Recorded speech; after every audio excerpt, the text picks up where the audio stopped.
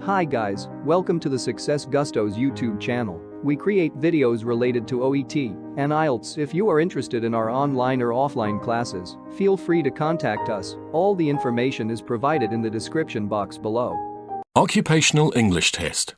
Sample Test 1. Listening Test. This test has 3 parts.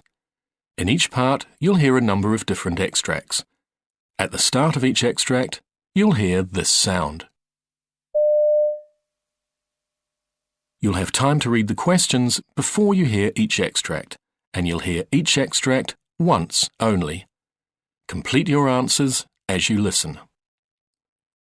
At the end of the test, you'll have 2 minutes to check your answers. Part A. In this part of the test, you'll hear 2 different extracts. In each extract, a health professional is talking to a patient. For questions 1 to 24, complete the notes with information you hear. Now look at the notes for extract 1.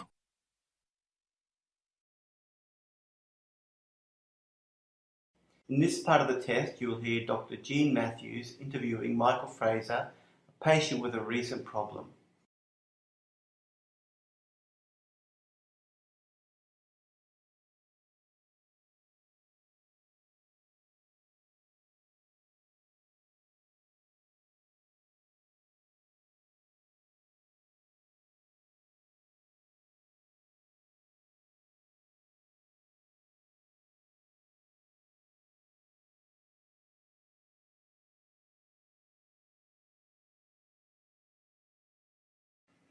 Good morning, Michael.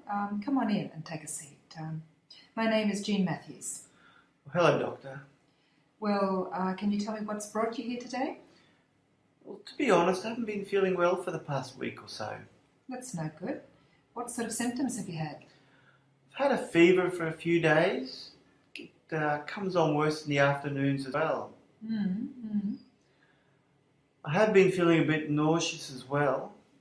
And are you taking anything for that? Panadol, things like that? No, I haven't. I've just been trying to tough it out. Okay. And what about your eating habits? Have you noticed any change to your appetite? Well, I don't seem to be as hungry. I haven't been able to complete my meals without feeling a bit sick. And with the nausea, has it ended up in vomiting? Yeah, I did vomit actually, both yesterday morning and this morning. That's one of the reasons I thought I'd better come and see you. Okay. And what about any other aches or pains generally? I'm feeling a little bit tired, and I've had a few pains in my joints, and I've been a little bit stiff in the mornings. And have you noticed any other sort of changes, such as yellowish skin or in the whites of your eyes? Well, I didn't, but my wife commented this morning that she thought my skin had turned a bit yellowish. And what about the colour of your urine? Any changes there? Now you mention it, I do think it's become darker in colour. Okay, I see. Now, Michael, I'd just like to get some background details before we go any further. Could we start with your age, please? I'm 38. Are you married? Yes, I am. And any children? Yeah, I've got 2 children. And how old are they? I've got a daughter who's 9 and a son who's 11. Oh, lovely. Okay. And what about your employment? What sort of work do you do? I'm a carpenter by trade. I see. And you work mainly on building sites and places like that? Well, I do work on building sites, but the company I'm currently working for now has quite a few overseas projects, so I do go overseas quite a bit with my work. And whereabouts have you worked recently? Well, this year I've been to East Timor, and I've just come back from New Guinea about 10 days ago. I see. Okay. And just tell me a little bit more about your general health. Well, pretty fine, I think.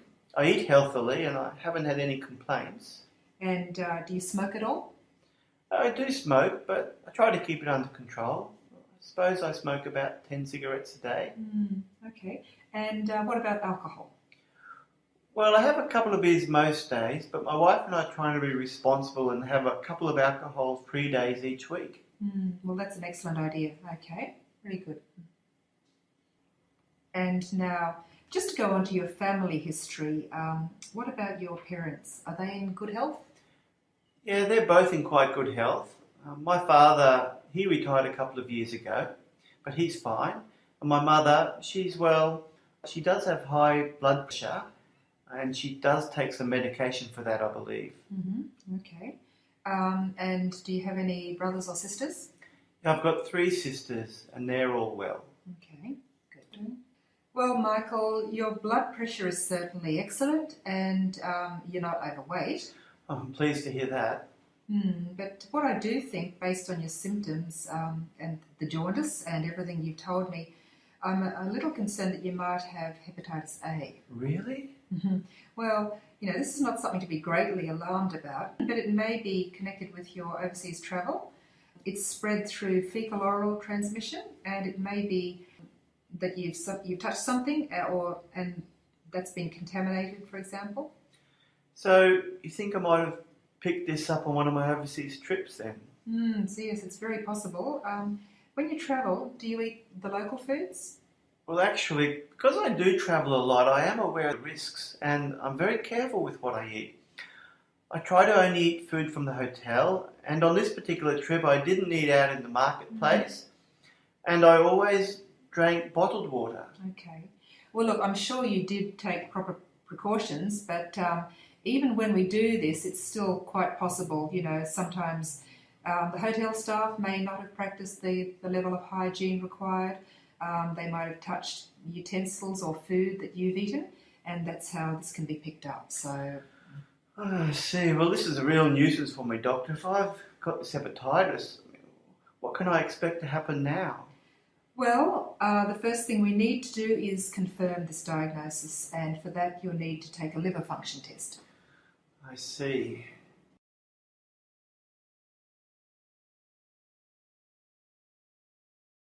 Boy, age 10.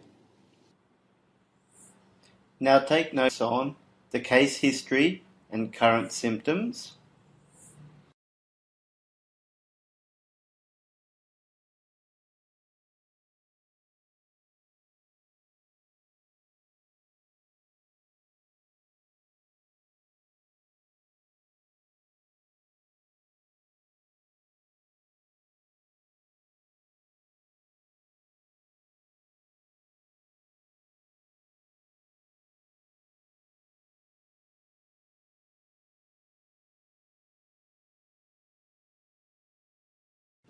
So your GP suggested you bring Tony in?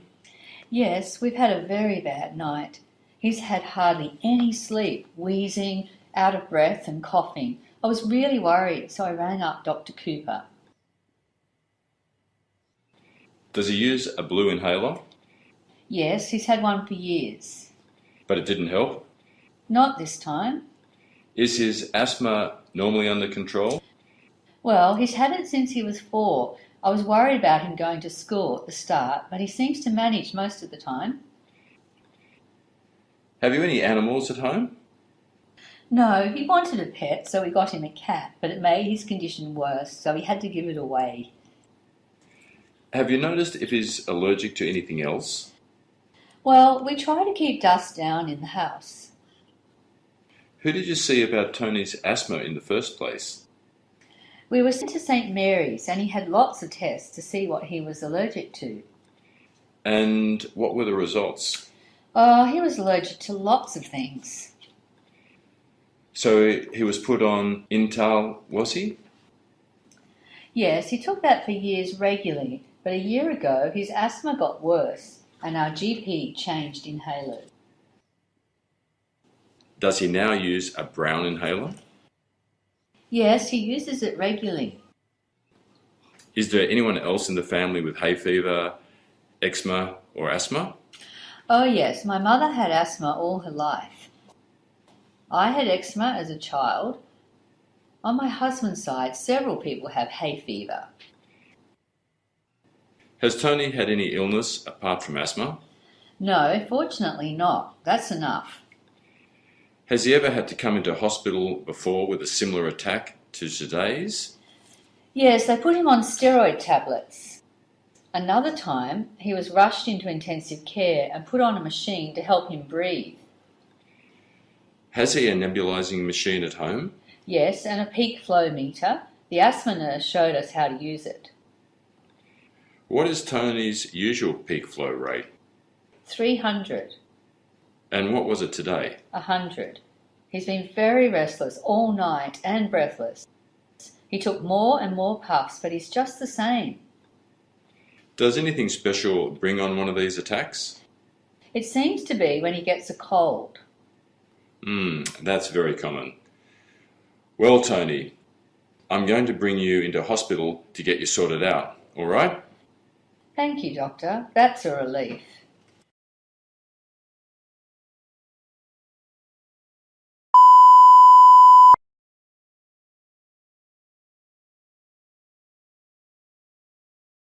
In this part of the test, you will hear 6 different extracts. In each extract, you will hear people talking in a different healthcare setting. For questions 25 to 30, choose the answer A, B, or C, which fits best according to what you hear. You will have time to read each question before you listen. Complete your answers as you listen. Now look at question 25.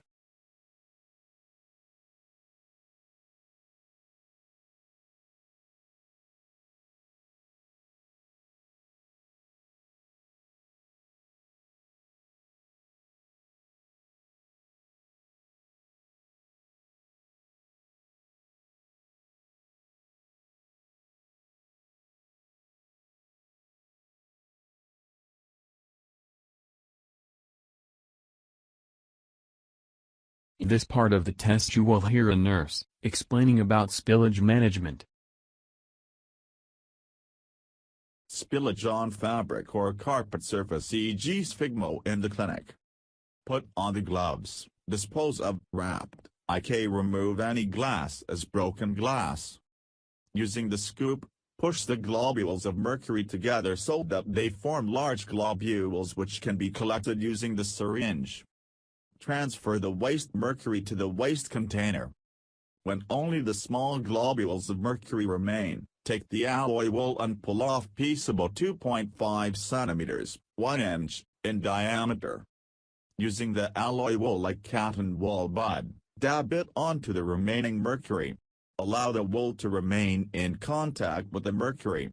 Do not press hard or you may force the mercury into the pile of the fabric. You will see the mercury filling the gaps between metal strands as it forms an amalgam. The alloy wool bud will hold the mercury. When it does not pick up anymore and the mercury drops out again, use another piece of alloy wool. Place the contaminated wool in the waste container. Cap the waste container tightly and return it to the spillage kit.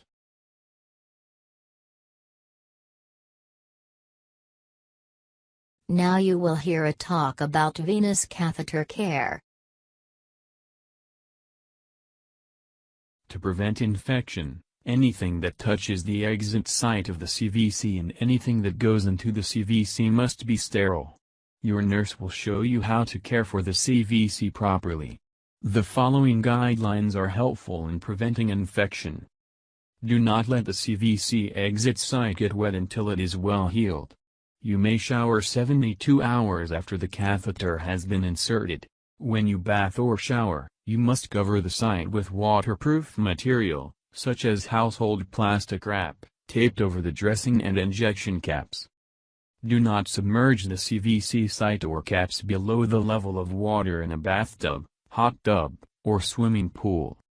Store CVC supplies in a clean, dry place such as a shelf in a closet or a drawer. Always clean your work area with alcohol and let it to dry completely before setting up your supplies. Or you can cover the area with clean paper towels. Use only sterile supplies. Open all packages carefully without touching the contents. Handle dressings only at the edges. Never touch the open end of the CVC when the cap has been removed. Never touch the end of the needle-less cannula or the end of the open syringe. If this happens accidentally, use a new cannula or syringe. Never use scissors, pins, or sharp objects near the CVC or other tubing. The catheter could be damaged easily. If your catheter has a clamp, keep it clamped when not in use. Some CVCs show where the clamp must be placed. If your CVC does not show the clamp location, ask your nurse to show you where to clamp. Remember to wash your hands thoroughly before and after working with the CVC.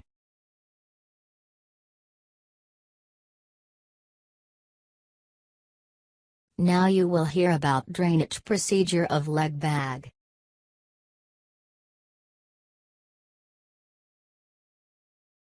A leg bag is a urine collection bag that is strapped to your leg.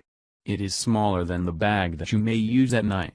This smaller bag allows you to move around more easily.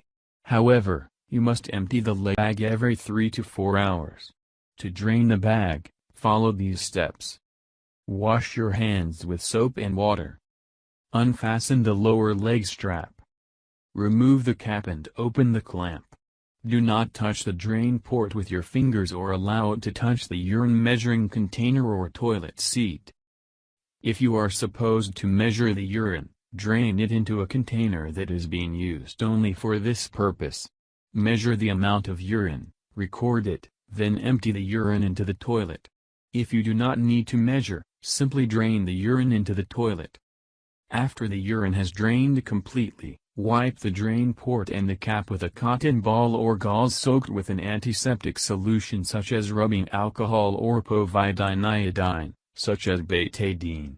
Close the clamp and fasten the lower leg strap. Wash your hands with soap and water. Now you will hear a talk about IABP therapy. IABP therapy is used to treat cardiogenic shock. That's when your heart can't pump enough blood to meet the needs of your body. Some heart problems can cause cardiogenic shock. These include unstable angina, heart attack, certain abnormal heart rhythms, heart failure, heart defects. You may also need an IABP if you have a certain medical procedure. For example, you may need it if you have a percutaneous coronary intervention. This procedure opens a blocked artery in the heart. You also might benefit from an IABP if you have heart surgery. In some cases, you might not be able to use an IABP, even if your heart can't pump enough blood. For example, people with a leaky aortic valve can't safely use an IABP. Those with aortic aneurysms also can't benefit from the therapy.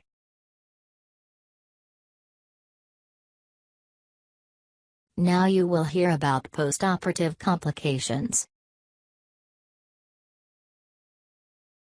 The causes of vomiting after surgery are many, and can be best determined by establishing the relationship between onset of vomiting and the time of the operation.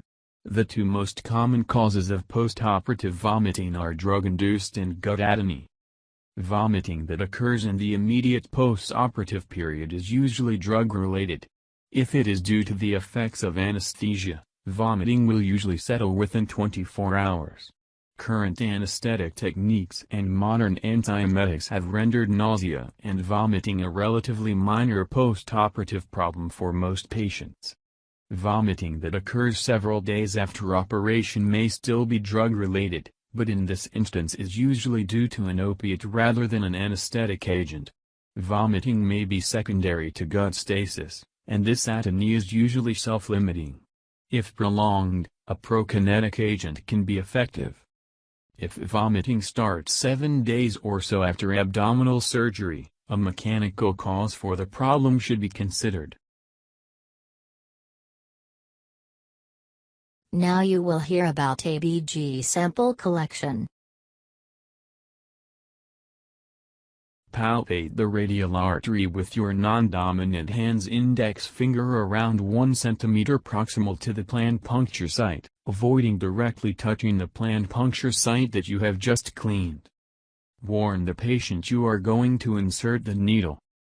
Holding the ABG syringe like a dart, insert the ABG needle through the skin at an angle of 45 degrees over the point of maximal radial artery pulsation. which you identified during palpation. Advance the needle into the radial artery until you observe blood flash back into the ABG syringe. The syringe should then begin to self-fill in a pulsatile manner. Do not pull back the syringe plunger. Once the required amount of blood has been collected, remove the needle and apply immediate firm pressure over the puncture site with some gauze. Engage the needle safety guard. Remove the ABG needle from the syringe and discard safely into a sharps bin. Place a cap onto the ABG syringe and label the sample. Yourself or a colleague should continue to apply firm pressure for 3 to 5 minutes to reduce the risk of hematoma formation.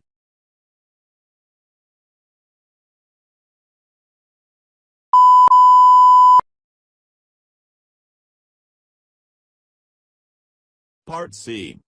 In this part of the test, you'll hear 2 different extracts. In each extract, you'll hear health professionals talking about aspects of their work. For questions 31 to 42, choose the answer A, B, or C, which fits best, according to what you hear. Complete your answers as you listen. Now look at extract 1.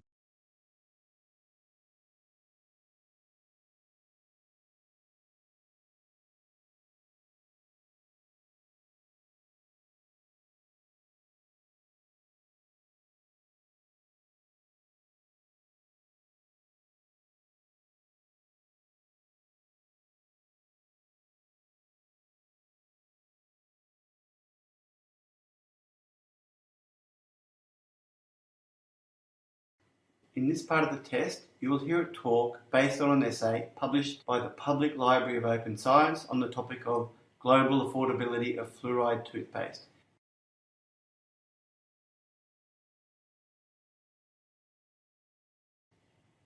The carcinogenic potential of diet emerges in areas where fluoride supplementation is inadequate, such as in many developing regions and countries of the world. There's no doubt that dental caries is a global health problem and has a significant negative impact on the quality of life, economic productivity, adult and children's general health and development. What is worse, untreated dental caries in preschool children is associated with poorer quality of life due to the discomfort and difficulties in ingesting food, and this can result in a failure to gain weight and impaired cognitive development. This situation can be very distressing for families, and regrettably, since low-income countries do not have sufficient funds to afford dental restorative treatment, combined with the fact that they're most vulnerable to the impact of illness, then it's fair to say that they should be afforded a greater degree of protection. By World Health Organization estimates, 1/3 of the world's population have inadequate access to needed medicines, not because of education levels or location, but because they cannot afford them. Despite the inclusion of sodium fluoride in the WHO's Essential Medicines Model List, the global availability and accessibility of fluoride for the prevention of dental caries remains a global problem. Now, the optimal use of fluoride is an essential and basic public health strategy in the prevention and control of dental caries, because dental caries is the most common non-communicable disease on the planet today. Although a whole range of fluoride vehicles are available for fluoride use, such as drinking water, salt, milk, varnish, to name a few, the most widely used method for maintaining a constant low level of fluoride in the oral environment is fluoride toothpaste. Equity pricing is another method of reducing costs. It's based on the principle that the poor should pay less for effective medication and have better access to effective medication. The price of fluoride toothpaste should be fair, equitable and affordable, even for poor communities. Moreover, the same brand of toothpaste should be available at different prices in different countries, in accordance with the people's wages and purchasing power. Expensive ingredients and packaging is another area where costs can be reduced. Approximately 40% of the cost of production of toothpaste is related to the enclosing or protecting the toothpaste for distribution, sale and use. Another 35% is attributed to the ingredients, and the final 25% can be attributed to manual work involved in manufacturing the product. Extract 2 questions 37 to 42.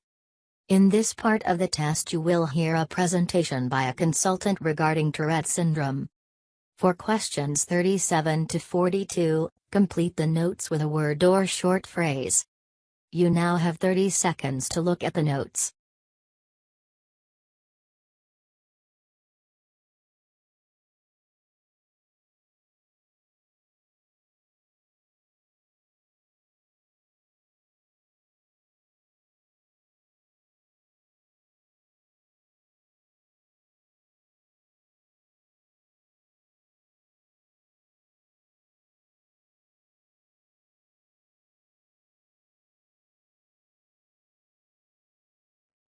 Tourette syndrome is a type of neurological disorder characterized by involuntary tics and repetitive vocalizations.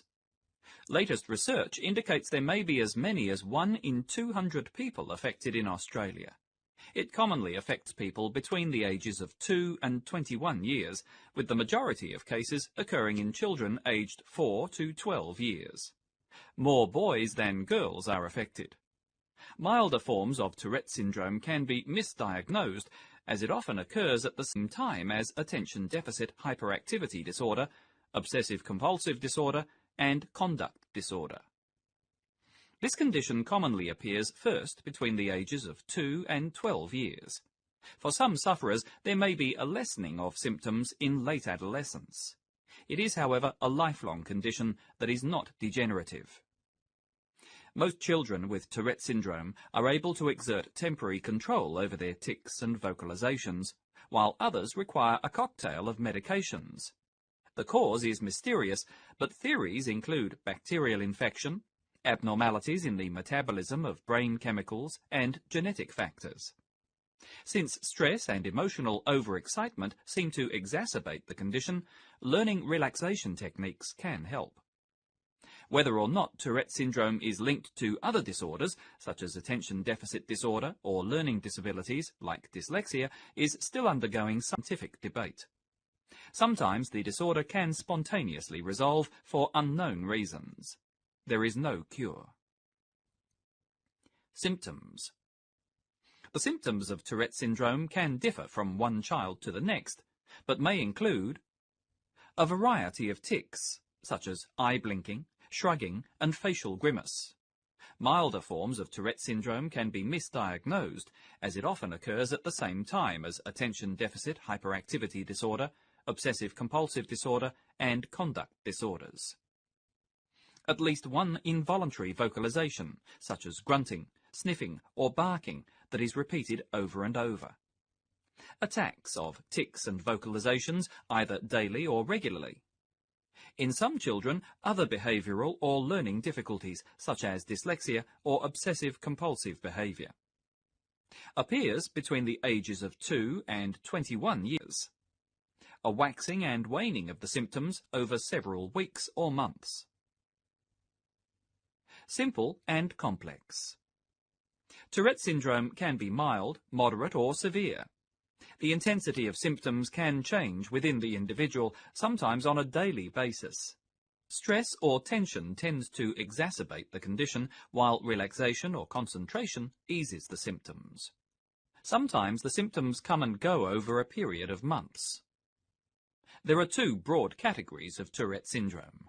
These are simple, a milder version which includes tics such as blinking, sniffing, shrugging, and grimacing, and vocalizations such as grunting and clearing the throat. Complex, a more severe version which includes jumping, spinning in circles, and compulsively touching things, and vocalizations such as repeating words or sounds, echolalia, and swearing, coprolalia. Theories on what causes Tourette syndrome. The exact cause of Tourette syndrome remains a mystery, but research is focusing on a number of possibilities, including genetic factors. Tourette syndrome seems to be an inherited condition. A child of a person with Tourette syndrome has a 50% chance of developing the condition themselves. Boys are 3 times more likely to inherit the condition than girls. Streptococcal infection. The Streptococcus bacterium can cause a wide range of infections, ranging from mild to severe and life-threatening. One theory proposes that a particular infection may be responsible for the neurological changes. Neurochemical abnormalities. The chemicals of the brain, neurotransmitters, seem to be metabolized differently in people with Tourette syndrome, especially the mood regulators, dopamine and serotonin. Other disorders. Researchers are divided on whether Tourette syndrome is associated with other disorders, such as attention deficit disorder, learning disorders, including dyslexia, and obsessive-compulsive behaviors, although they often appear together with Tourette syndrome.